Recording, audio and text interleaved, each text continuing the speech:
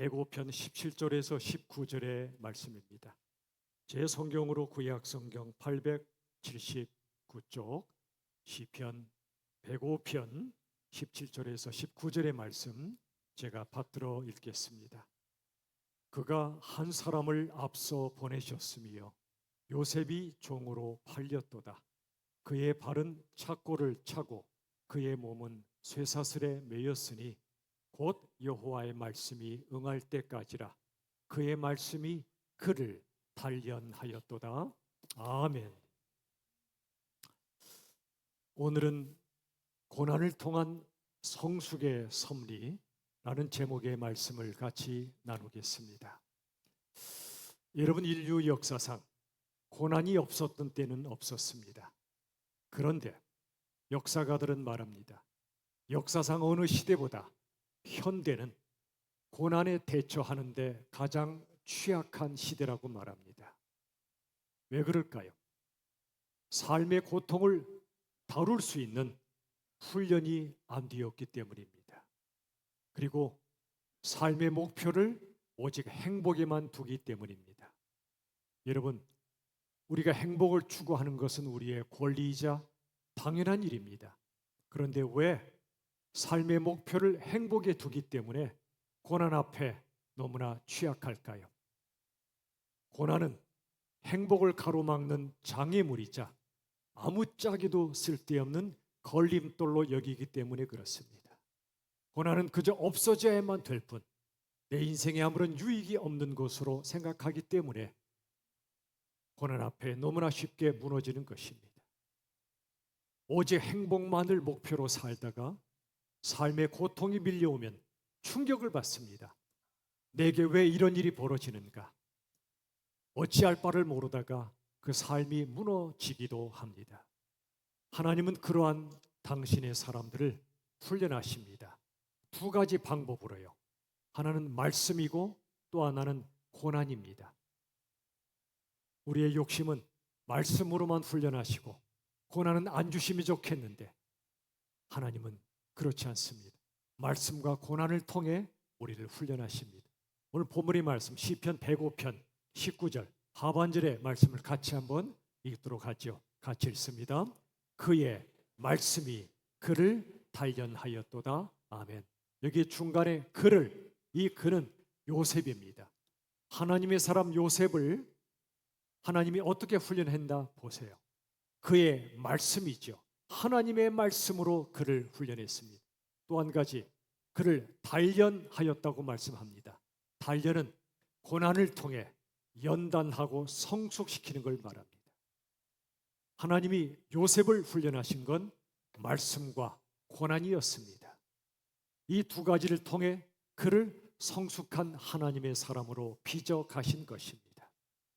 자, 17, 18절 보세요. 시편 105편 17, 18절에 보시면 이런 말씀이 나오죠. 우리 다 같이 영상을 보시고 함께 고백합시다. 그가 한 사람을 앞서 보내셨으며 요셉이 종으로 팔렸도다. 발은 착고를 차고 몸은 쇠사슬에 매였으니 아멘. 이 말씀을 잘 보세요. 앞부분과 뒷부분이 있습니다. 그가 한 사람을 앞서 보내셨다. 하나님께서 한 사람 요셉을 앞서 보내셨다. 이건 섭리입니다. 하나님의 섭리. 근데 그 다음 보시면 요셉이 종으로 팔렸습니다. 발은 착고를 찹니다. 몸은 쇠사슬에 매였습니다. 감옥에 갇히기도 하고 기가 막힌 고난을 겪습니다. 앞부분은 섭리의 시각을 말하고 뒷부분은 고난의 현실을 말합니다. 우리는 섭리가 잘 안 보입니다. 눈앞에 고난만 보입니다. 하나님의 섭리는 내다보면 안 보여요. 돌아봐야만 보일 때가 많습니다. 고난의 현실이 눈앞에 분명하게 보입니다. 맞습니다. 예배 없습니다. 고난이 없는 사람 없습니다. 우리 삶의 고난은 분명한 현실입니다. 너무도 힘겹고 고통스러운 것이 인생입니다. 그런데 이 시편 105편 17, 18절에 보시면 고난의 현실 앞에 섭리의 시각을 앞세웁니다. 비록 요셉이 종으로 팔렸고 착고와 쇠사슬에 매인 것처럼 보이지만 실은 하나님께서 그를 앞서 보내셨다고 말씀하십니다. 고난의 현실을 앞세우면 섭리가 안 보이지만 섭리를 먼저 바라보면 고난의 현실을 해석하게 됩니다. 여러분, 가장 힘든 고난은 해석되지 않은 고난입니다. 도무지 알 수가 없어요. 왜 이런 고난의 현실이 내게 닥쳐왔나? 예수 잘 믿고 나름 착하게 살았던 분 같은데 왜 저렇게 고난을 겪어야 하나? 도무지 이해가 안 될 때가 많습니다. 예수도 안 믿고 착하게 살지도 않는 것 같은데 그들은 떵떵거리며 세상을 살기도 합니다. 이해가 안 됩니다. 해석되지 않을 때 그 고난은 너무나 고통스럽습니다. 그런데 고난의 현실 앞에 하나님의 섭리를 바라보게 되면 고난이 해석됩니다. 견딜 수 있는 힘이 생깁니다. 섭리의 시각으로 고난의 현실을 바라보고 해석하게 해주는 게 바로 하나님의 말씀이에요. 말씀을 통해 하나님 섭리의 시각을 갖게 되면 고난을 대하는 자세가 달라집니다. 우리가 당하는 고난이 아무런 의미 없는 불행이 아니라 하나님께서 일하시는 통로이며 우리의 존재를 성숙시키시는 영적 통로임을 깨달으시기를 주님의 이름으로 축원합니다. 여러분, 성경을 보면 특히 구약 역사를 보면 두 개의 우뚝 선 봉우리가 있습니다. 하나는 출애굽이고 또 하나는 바벨론 포로기입니다. 출애굽이 구원의 역사였다면 바벨론 포로기는 성화의 역사였습니다. 출애굽이 출생이라면 바벨론 포로기는 성숙이었습니다. 출애굽이 하나님의 자녀로 만드는 역사였다면 바벨론 포로기는 하나님의 자녀답게 만드시는 역사였습니다. 여러분, 바벨론 포로기에 수많은 구약 성경이 쓰여졌습니다. 에스겔서를 비롯한 수많은 주옥 같은 성경이 쓰여진 그 때는 바벨론 포로기였단 말입니다. 사도 바울이 에베소서를 비롯한 여러 권의 성경을 쓴 장소가 바로 로마 감옥이었습니다. 사도 요한이 요한계시록을 썼던 곳은 바로 유배지였던 반모섬이었습니다. 다산 정약용, 그가 목민심서처럼 주옥 같은 책을 썼던 곳은 유배지 강진이었습니다. 여러분, 구약 성경을 썼던 수많은 저자들, 또 사도 바울이나 사도 요한, 다산 정약용까지 그들이 만약 아무런 고난이 없이 그저 호의호식하는 삶을 살았다면 결코 그런 작품들이 쓰여질 수 없었을 것입니다. 그들의 고난, 그들의 핏물로 써내려갔던 작품들이 지금까지 우리에게 전해지고 있는 겁니다.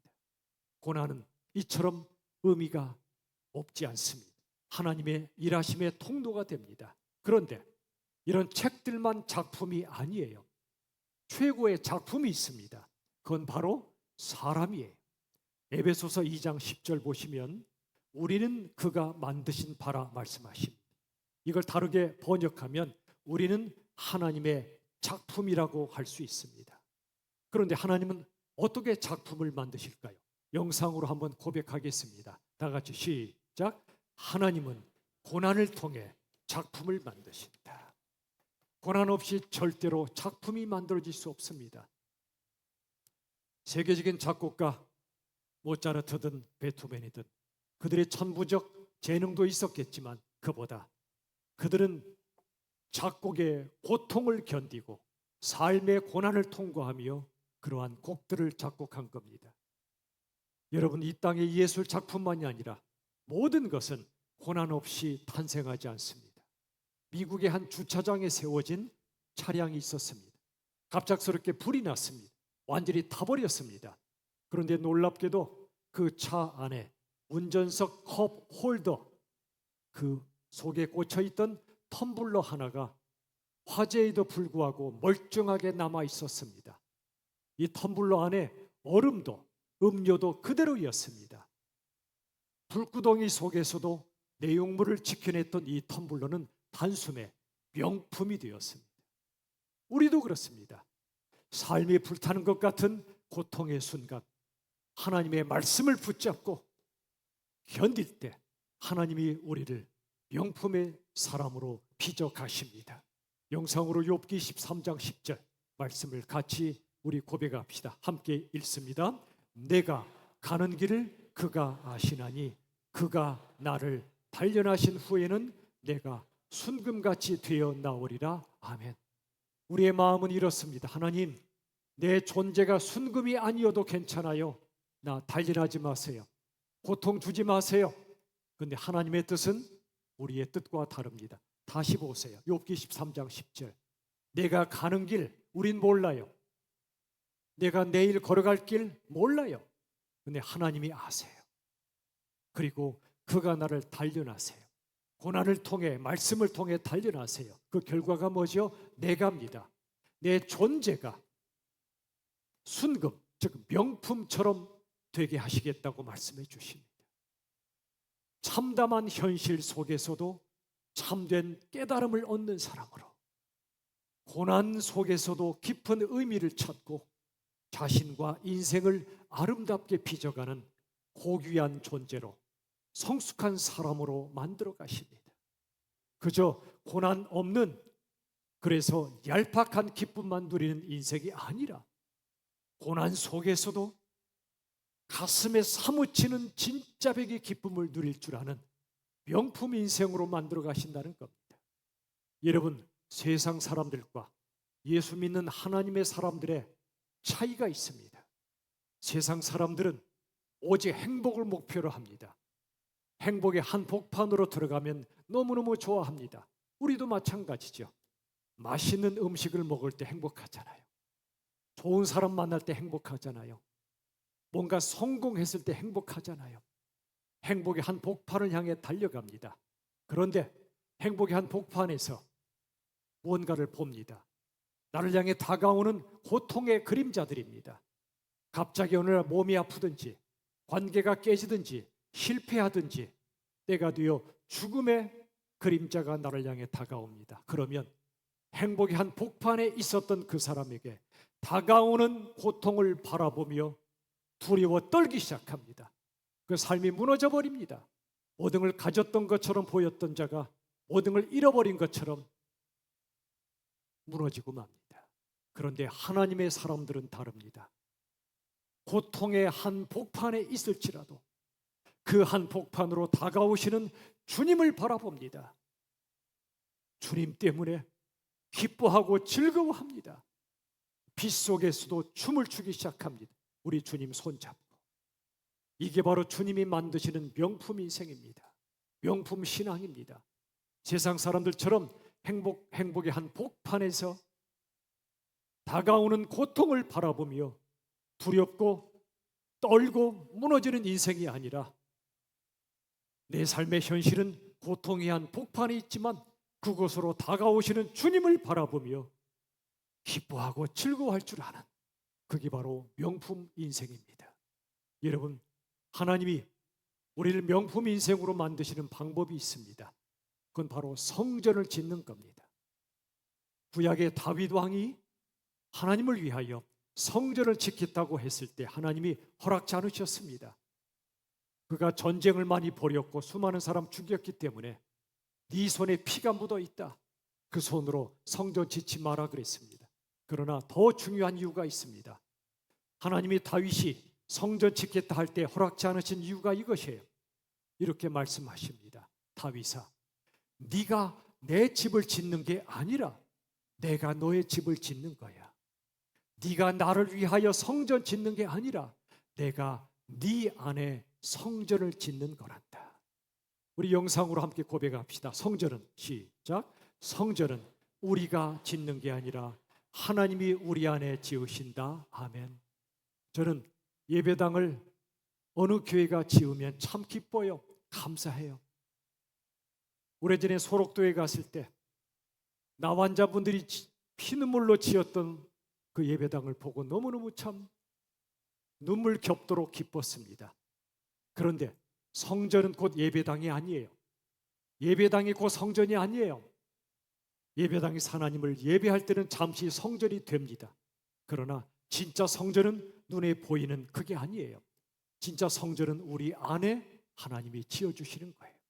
예수님을 닮은, 진정한 성전이신 예수님을 닮은 존재로 만드시는 것이 바로 우리 안에 지으시는 성전입니다. 하나님은 참혹한 고난을 겪었던 요셉 안에, 그의 마음 속에 아름다운 성전을 지으셨습니다. 그가 총리 대신이란 국무총리와 같은 높은 자리에 올라서 그가 얻은 힘으로 지은 성전이 아니란 말입니다.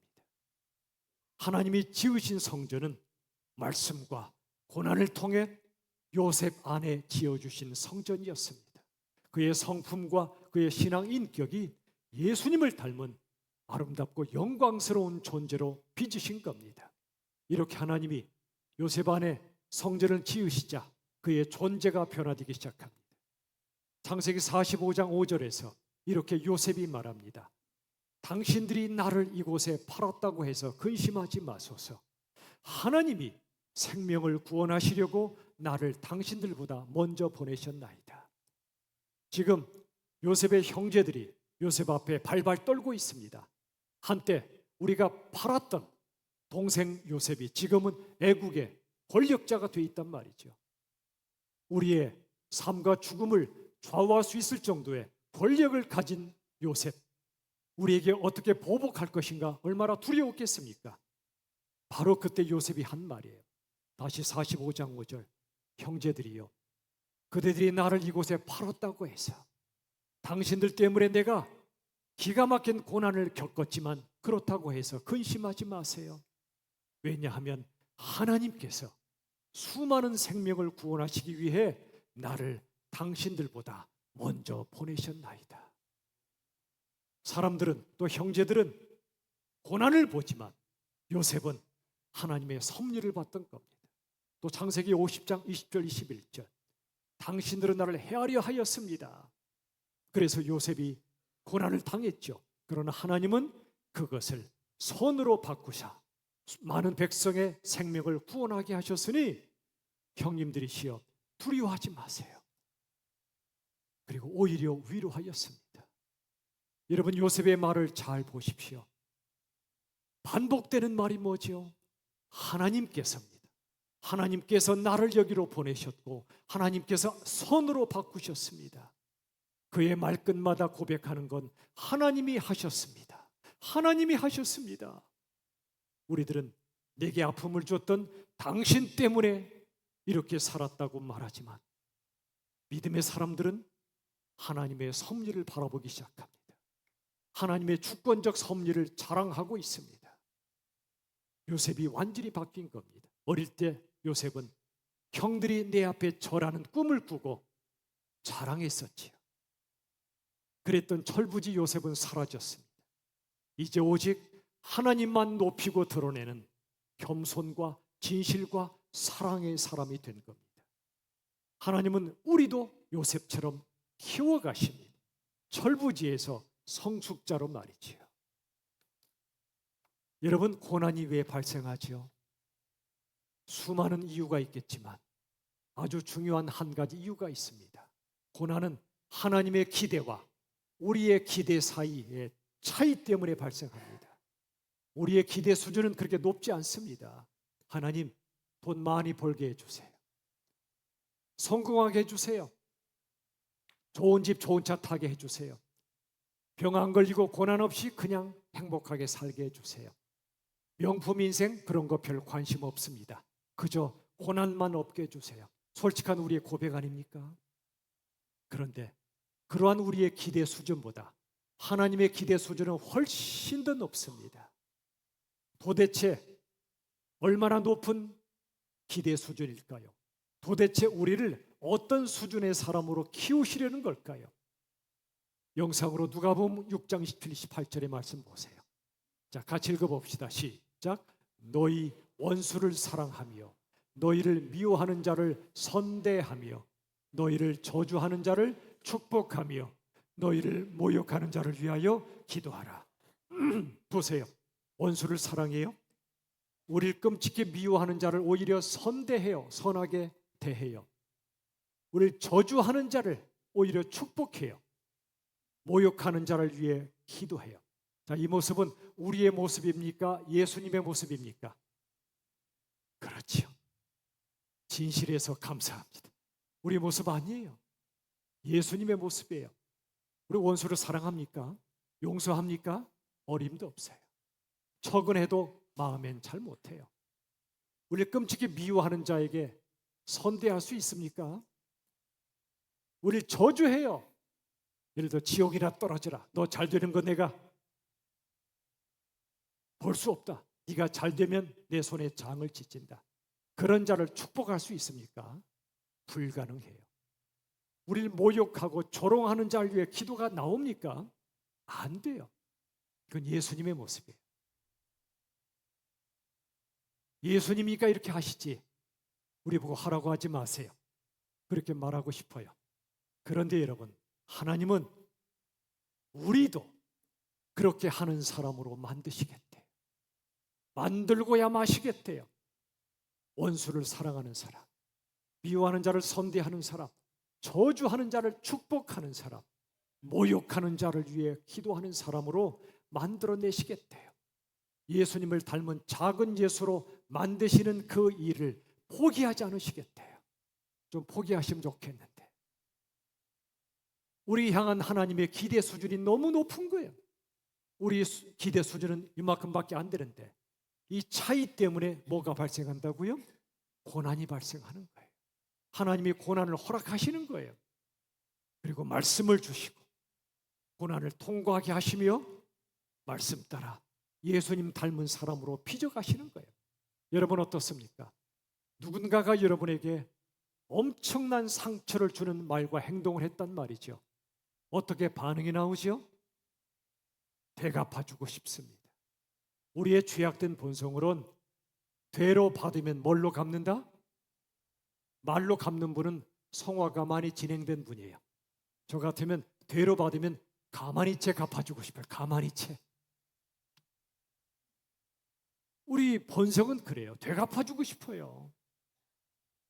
그런데 예수님을 만나고 말씀과 고난으로 다듬어진 사람은 되갚아주는 선택 대신 또 다른 선택을 합니다. 다 함께 우리 함께 고백하겠습니다. 앞을 보시고 시작. 최고의 복수는 더 나은 인간이 되는 것이다.